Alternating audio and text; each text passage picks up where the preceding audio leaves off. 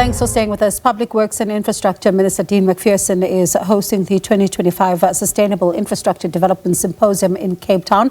The event is expected, of course, to bring together key stakeholders, experts, as well as decision makers in the field of infrastructure development. And it happens at a time when infrastructure is, has been a talk of the town, especially when it comes to leading, improving economic growth in the country, as well as ensuring that it unlocks some investment opportunities which could lead to job creation. Let's have this conversation now. We speak to Gundo, Maswime, lecturer at the University of Cape Town's Department of Civil Engineering. Good evening to you, and thank you so much for your time, Gundo. This symposium takes place amid high unemployment numbers, an economy that isn't growing at the rate at which it should, and no doubt infrastructure is still key when we talk about economic growth. But have we overcome the hurdle of ensuring that there's enough money for the projects that are being earmarked?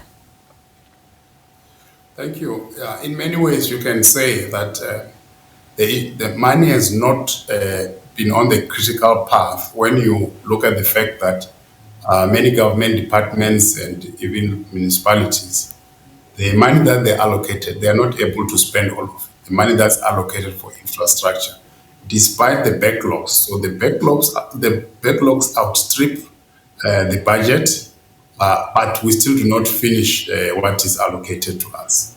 What happens then, especially because you and I have had conversations in the past that, even when it comes to some municipalities, for example, it's not only about an issue that money is not there, but it's simply the projects that are also being chosen and also the skills, that are required as well. How then does the minister or even government ensure that this does not only, remain a symposium and just talk, but it filters down even through to municipal level where we don't see money being sent back and simply not being spent on critical projects?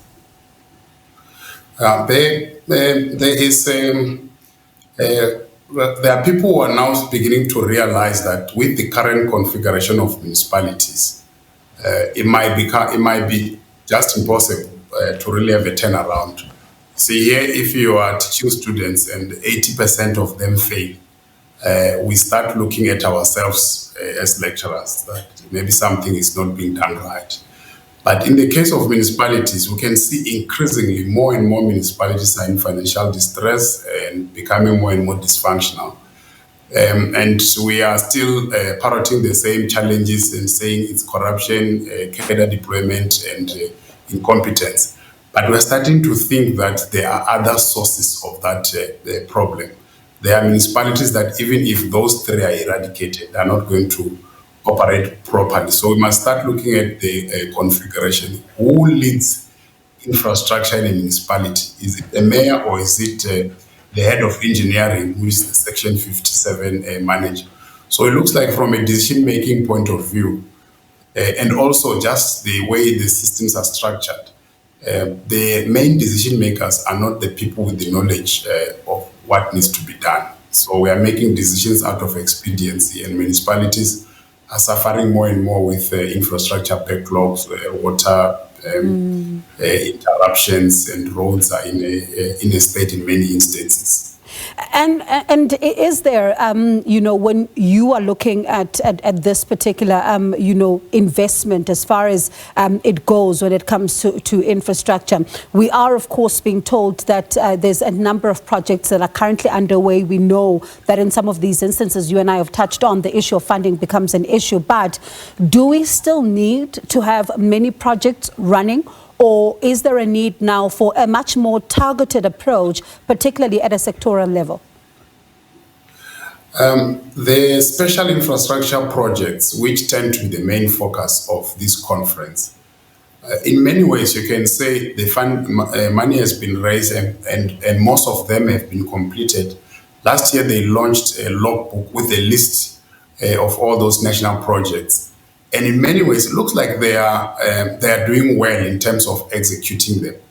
But those projects will never be enough to make an impact as the Minister of Infrastructure normally says, of turning the country into a construction zone. Mm-hmm. That will really happen if the projects are being done at municipality level, because there are 257 municipalities.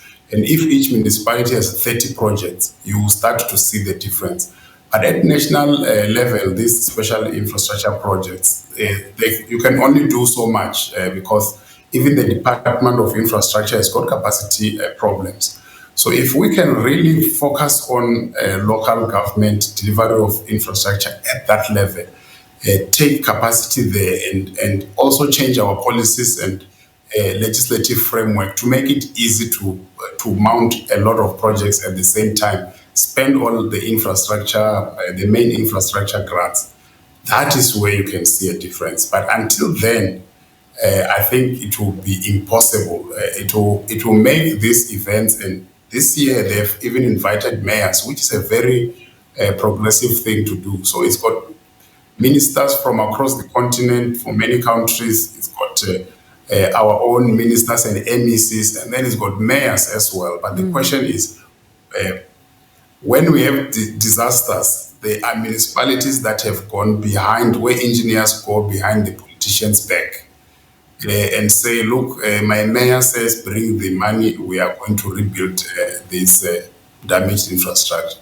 And we are struggling to implement the projects we have already. We are not going to be able to use that money. Rather, bring national or provincial government to help us. So capacity problems are being overlooked constantly at local government level. That's why when you're on the N1, the road is perfect, but just tend to any local municipality, chances are you'll find terrible roads. Even the main road going to the municipal offices, so it shows that we have a big problem. Yeah, and we often hear about, the public-private partnerships, and we've seen some regulations now, and one wonders, does that go some way in terms of maybe trying to assist here to at least make things better, particularly for the residents who are looking to see improvements on a daily basis? We will be able to tell properly because they have just reviewed the public-private partnership framework recently, a few months ago. We will be able to tell when we start to see a few municipalities or state entities implementing infrastructure projects with the private sector based on the current, on the new framework. The reason was that in the previous framework, when the Auditor General comes to audit, there was always something wrong with public-private partnership because the interpretation was different across the municipalities. So there was a gap, and at some point, many municipalities became even afraid to follow the framework because you just never get it perfectly right.